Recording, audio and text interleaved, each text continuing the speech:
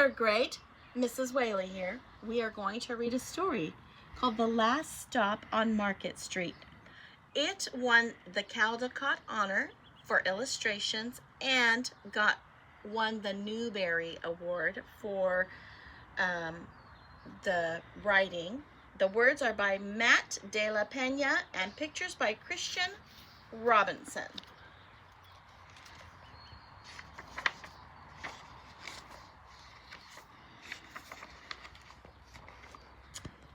CJ pushed through the church doors, skipped down the steps.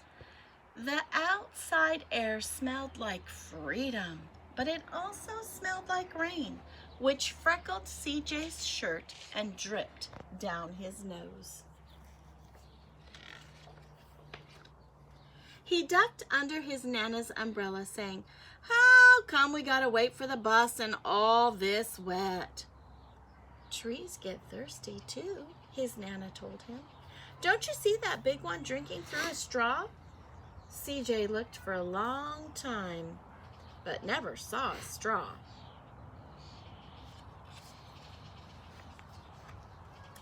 From the bus stop, he watched water pool on flower petals, watched rain patter against the windshield of a nearby car.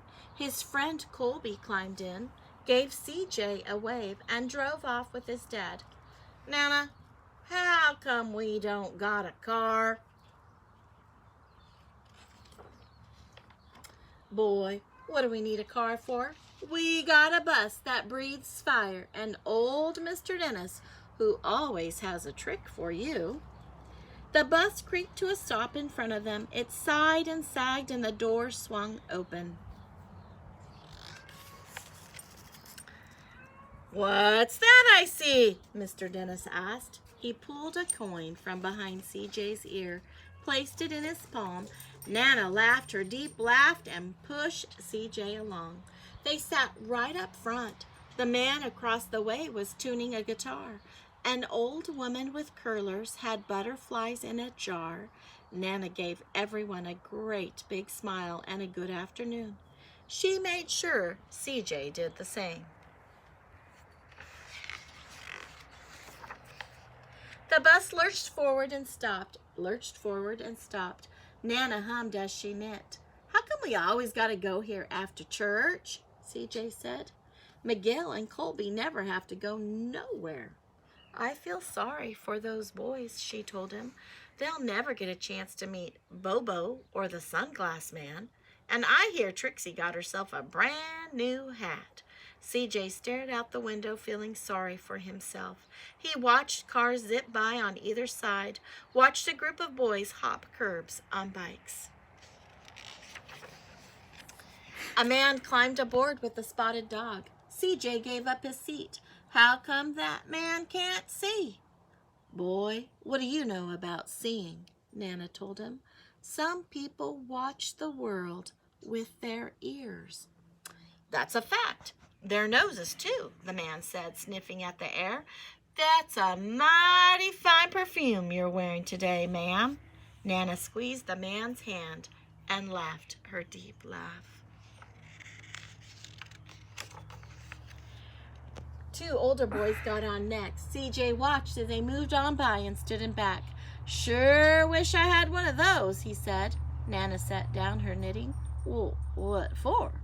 You got the real life thing sitting across from you. Why don't you ask the man if he'll play us a song?" CJ didn't have to. The guitar player was already plucking strings and beginning to sing. "To feel the magic of music," the blind man whispered, "I like to close my eyes." Nana closed hers too. So did CJ and the spotted dog. And in the darkness, the rhythm lifted CJ out of the bus, out of the busy city. He saw sunset colors swirling over crashing waves, saw a family of hawks slicing through the sky, saw the old woman's butterflies dancing free in the light of the moon. CJ's chest grew full, and he was lost in the sound, and the sound gave him the feeling of magic.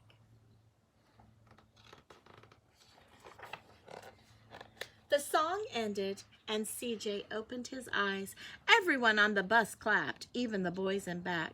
Nana glanced at the coin in CJ's palm. CJ dropped it in the man's hat. "Last stop on Market Street," Mr. Dennis called. CJ looked around as he stepped off the bus. Crumbling sidewalks and broken down doors, graffiti-tagged windows, and boarded-up stores. He reached for his Nana's hand. "How come it's always so dirty over here?" She smiled and pointed to the sky. "Sometimes when you're surrounded by dirt, CJ, you're a better witness for what's beautiful." CJ saw the perfect window arcing over their soup kitchen. He wondered how his Nana always found beautiful where he never even thought to look. He looked all around them again, at the bus rounding the corner out of sight, and the broken street lamps still lit up bright, and the stray cat shadows moving across the wall.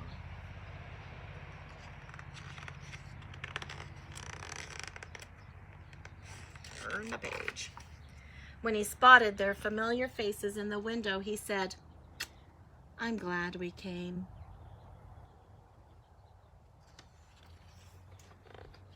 He thought his Nana might laugh her deep laugh, but she didn't. She patted him on the head and told him, "Me too, CJ. Now, come on."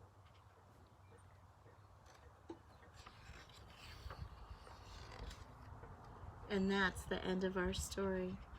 This is a book about a little boy who rides a bus and learns to appreciate the beauty in everyday things. So that's the message I want third grade to get. Find the beauty in everyday things. This is our book, Last Stop on Market Street. Mrs. Whaley will see you next week.